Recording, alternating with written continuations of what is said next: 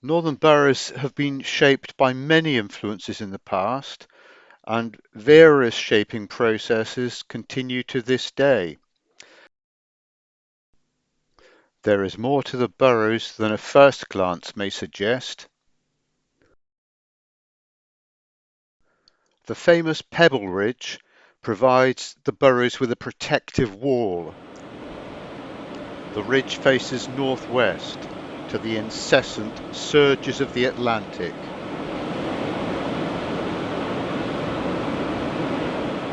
The Pebble Ridge finally turns west and ends in the estuary, where the Tor and Torridge rivers join to meet the sea.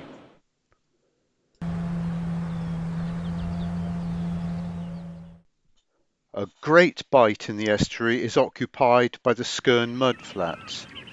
The Skern is of vital importance as a wintering ground for migrant birds.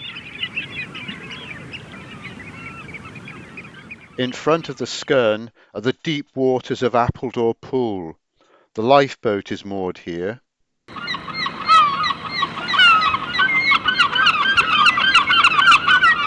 And Appledore itself is a fishing village at the mouth of the Torridge.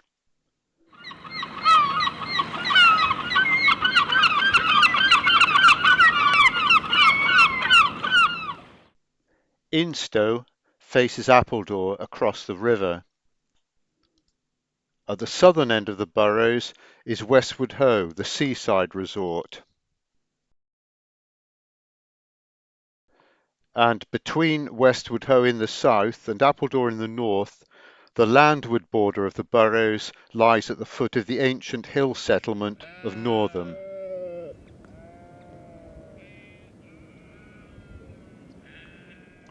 Hundreds of years ago, the Burrows was a place for farming rabbits.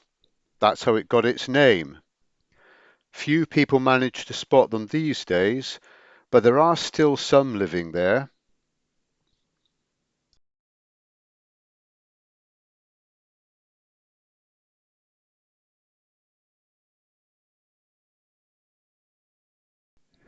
The Burrows is common land, and residents of the Manor of Northam have traditional rights to graze their sheep and horses here.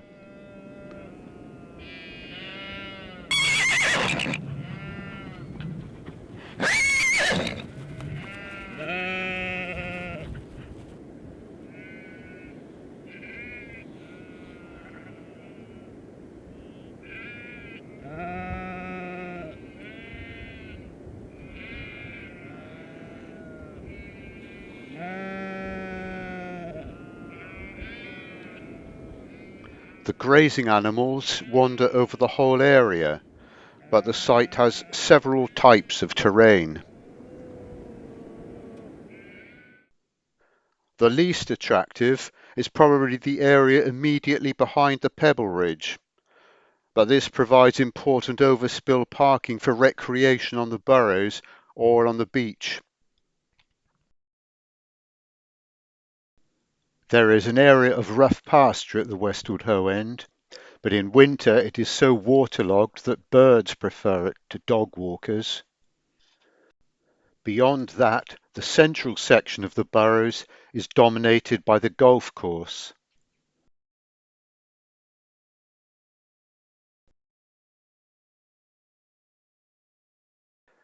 At the end of the central road, next to the sea, is Sandymere, a seasonal lake.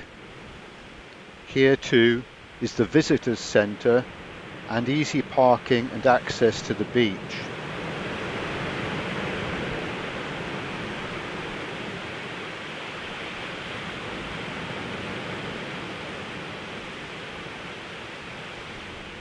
A fence helps to protect the small area of sand dunes, which is very important for wildlife.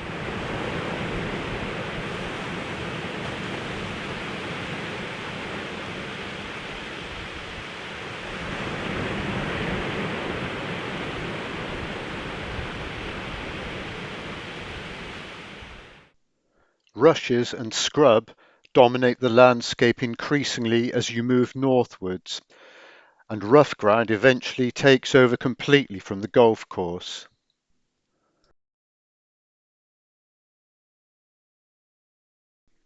There is a lot of marshy land at the eastern edge, and here there is a watercourse known as the Pill. It stretches across most of the burrows. Most of the time it is just draining the land, but on the highest tides it becomes filled up completely. Towards Appledore, a road has been built up, making a retaining wall to the mudflats. It was originally constructed to serve the landfill site, but is now a great asset to visitors. There is parking along it and at the end. The car park gives very convenient access to grey sands.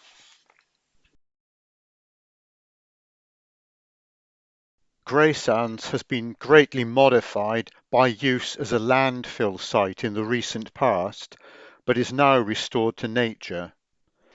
The central fenced area of the old dump is out of bounds, but this enables wildlife to flourish there. Grey Sands has its own special character.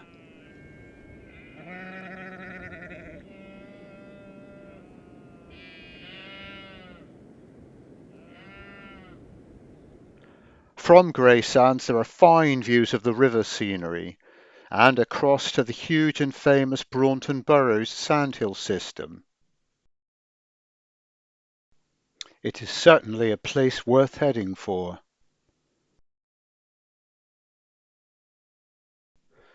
We've looked briefly at the shape of the burrows. Now we will focus on some of the forces which do the shaping. Of them all, none can be greater than the relentless sea. Summer and winter, it pounds and sucks the pebble ridge, trying to claim the burrows for its own.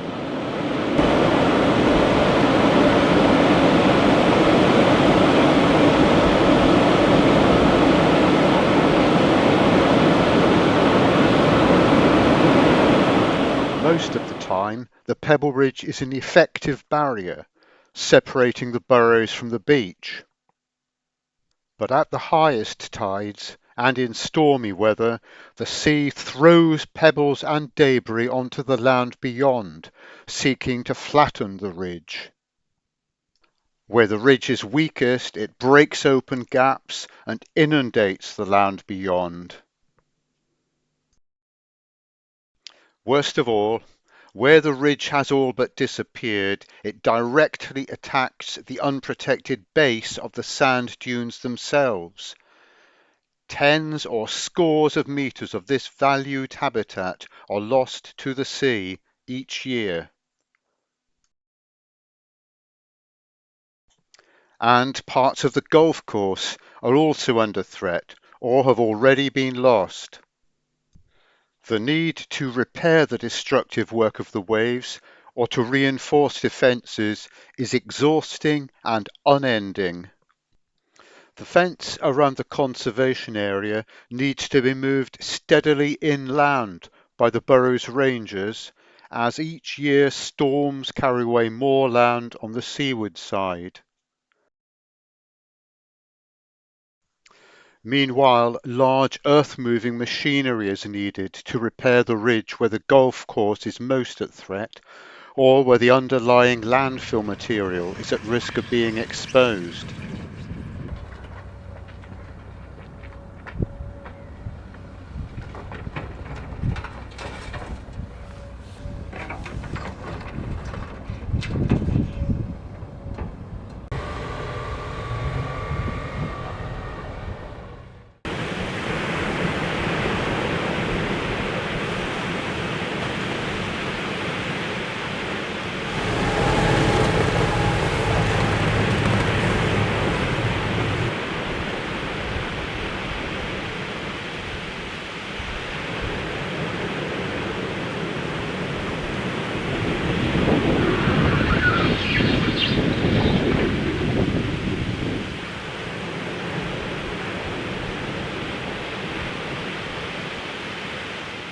Vegetation may colonise the rebuilt ridge during the summer, but each winter the defences are likely to be thrown down again.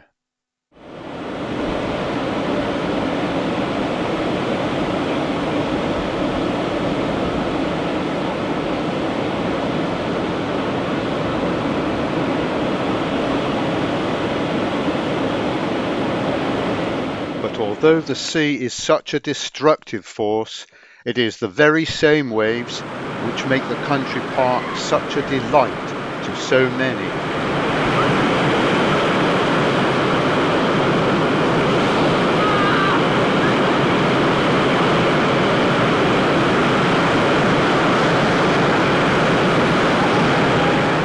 Summer and winter, the waves offer an attractive playground.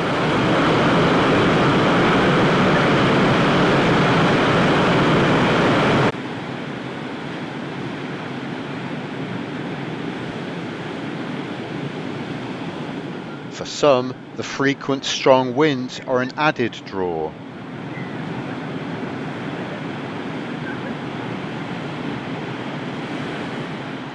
And apart from the sea itself, the wide, clean, sandy beach is a huge attraction, adding to the allure of this country park.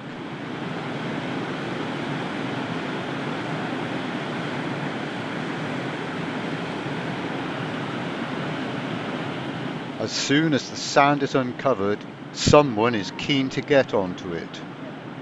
Dogs are banned from the Westwood Ho end during summer, but they make the most of it whenever they can get to the beach.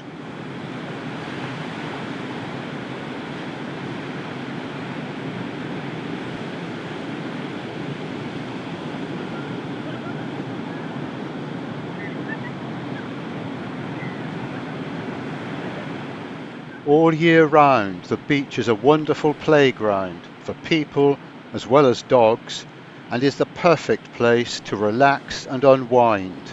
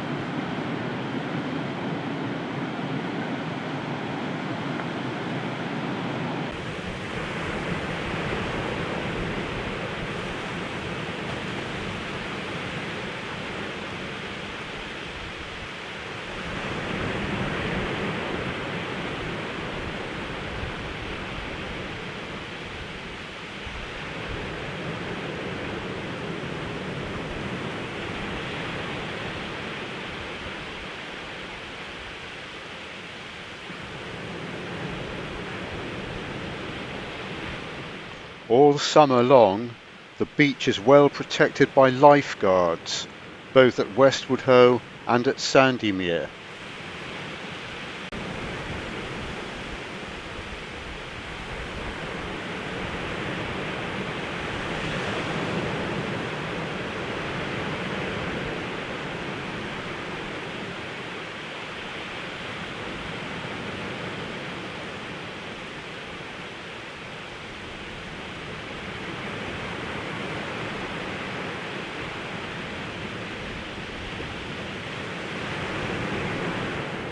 The spacious sandy beach is an ideal place for those who are learning to surf to develop their skills.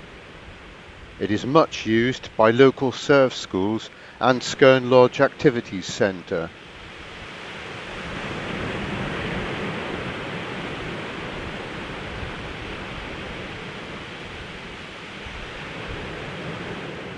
Whether you are in the water or just looking at it, Westwood Ho is a great place to spend a few hours on a summer day. The sea directly challenges the pebble ridge, but the rising tides also influence other areas.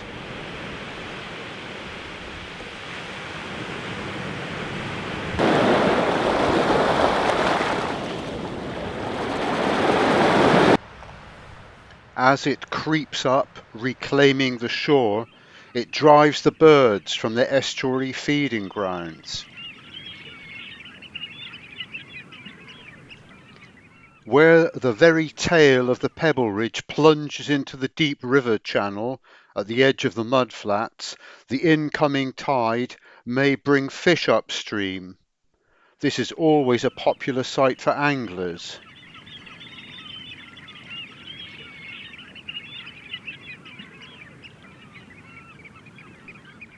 The lifeboat at its mooring swings round to face into the strong flowing tide.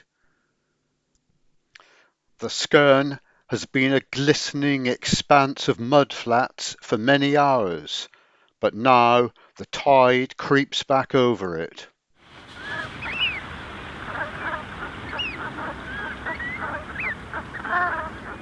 The feeding birds are pushed further and further upshore, concentrated into a smaller area.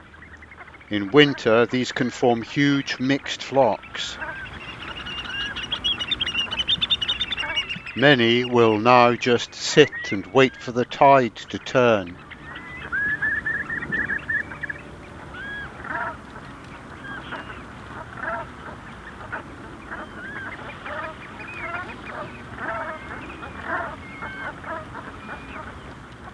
On the highest tides, called the spring tides, twice a month, the river pushes high enough to enter the mouth of the Pill.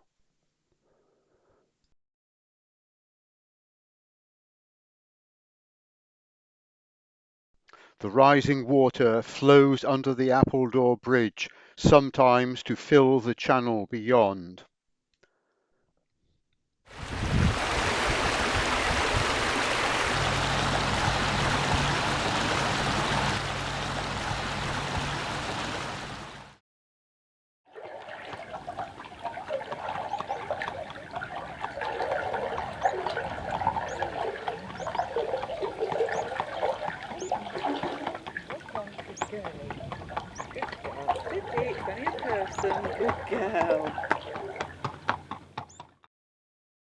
On the very highest tides, it may inundate some of the adjoining land. Then footpaths become streams, and damp areas of vegetation become thoroughly soaked.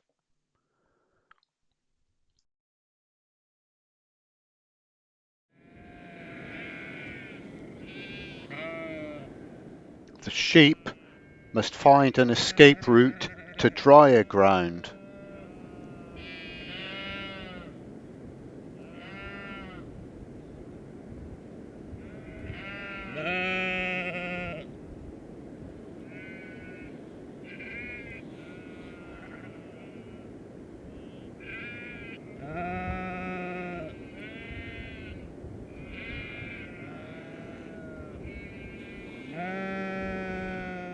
But without these inundations, the variety of the burrows would suffer. Damp-loving plants need it. The building of the Skern Road has long since changed the nature of the land, so that much of it is drier and more scrubby than it used to be. With the rising of the tide, the river comes into its own. There is usually plenty to watch. It is a popular place for recreational sailing, whether racing or more leisurely.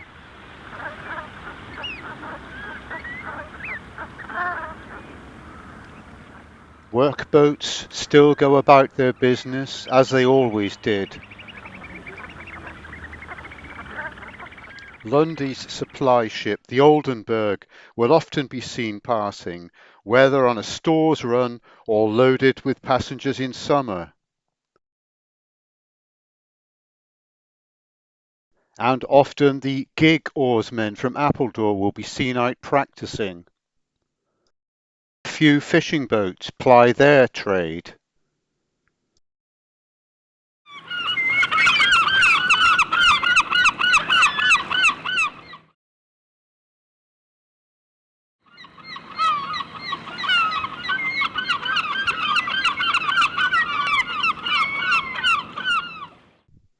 Several types of craft are operated by the Royal Marines, who use the estuary as a training ground to practice their skills.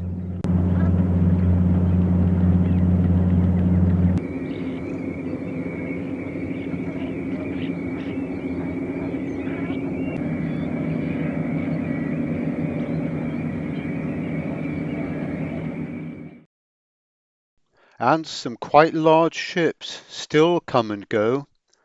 The river is very rarely boring.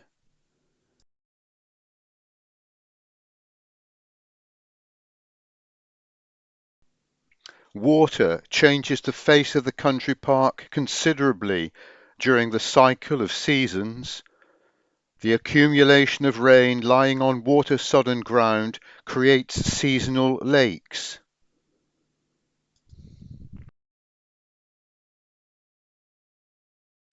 Of these, Sandymere is the most conspicuous, lying just behind the Pebble Ridge. An overspill car park at some times, at others it is a brackish lake of considerable extent.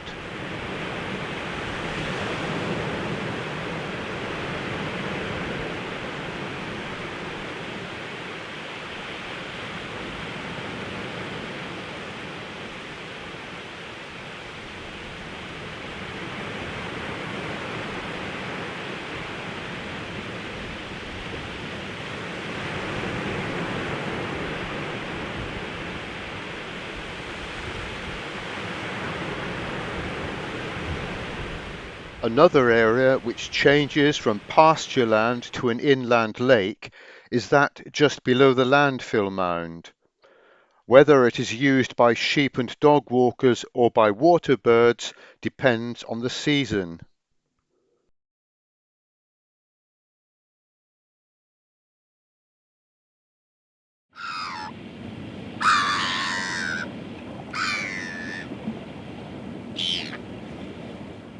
One of the most obvious human forces to have shaped Northam Burrows is surely the golf club. The Royal North Devon Golf Club was founded in 1864 and is the oldest golf course in England. It must surely have one of the very best settings of any golf course. It is regarded as a tough course and is ranked in the top 100 of the world's golf courses.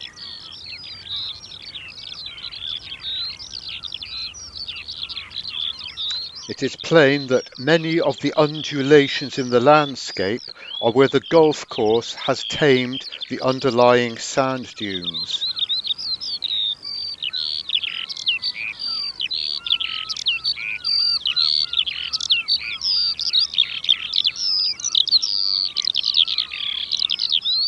The bunkers and greens add variety to the scenery, and the tended fairways also create an attractive contrast to the wild landscapes amongst which they are laid.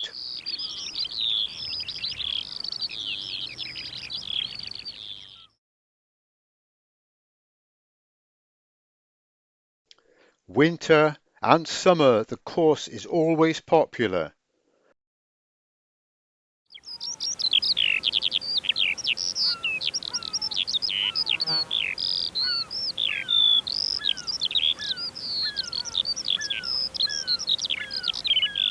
Undoubtedly, the Burrows would be a less attractive place without the variety which the golf course adds to the vista. Golf is the recreation which has had the most obvious visual impact on the country park, but many visitors enjoy other types of recreation there also.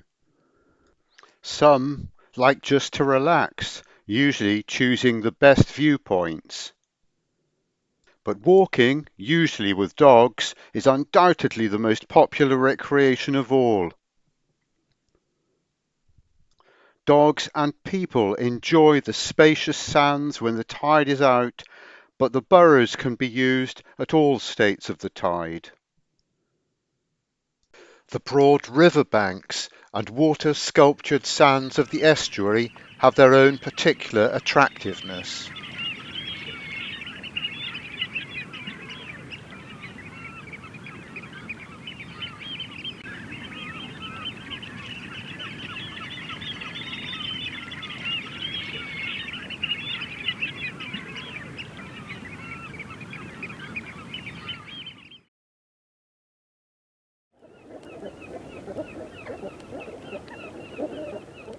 Others enjoy the sight and sound of the multitudes of wild birds.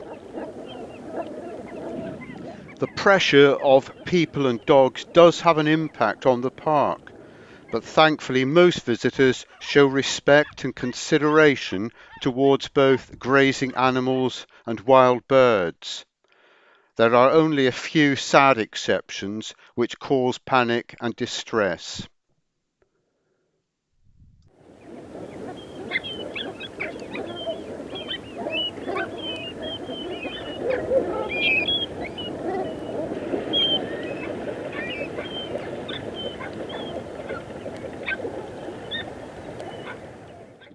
The Burrows includes part of the Southwest Coast Path.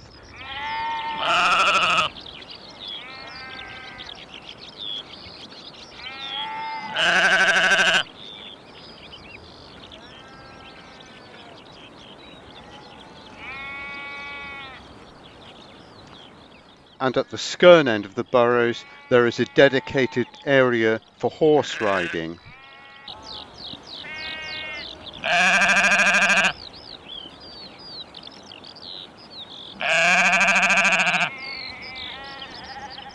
The Burrows is quite popular with joggers too. It will surely be a much more uplifting way of exercising than pounding a treadmill indoors. The variety and beauty of the landscape of Northam Burrows is further enhanced by the weather and the seasons, and by the corresponding changes in the natural world.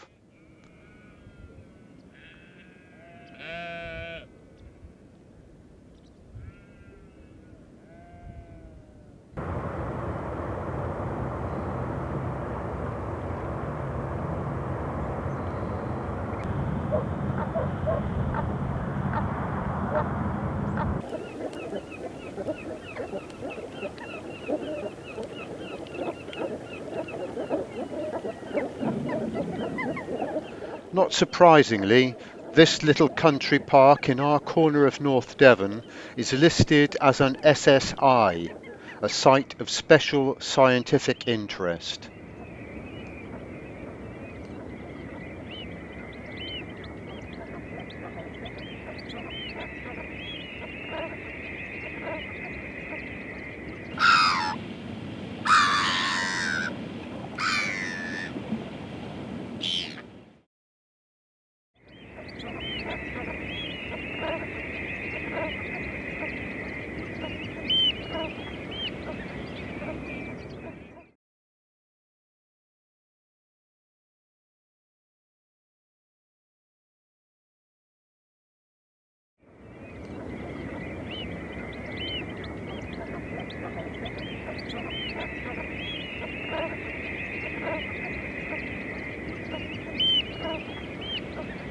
It deserves to be better known and appreciated, and to be protected and nurtured for future generations.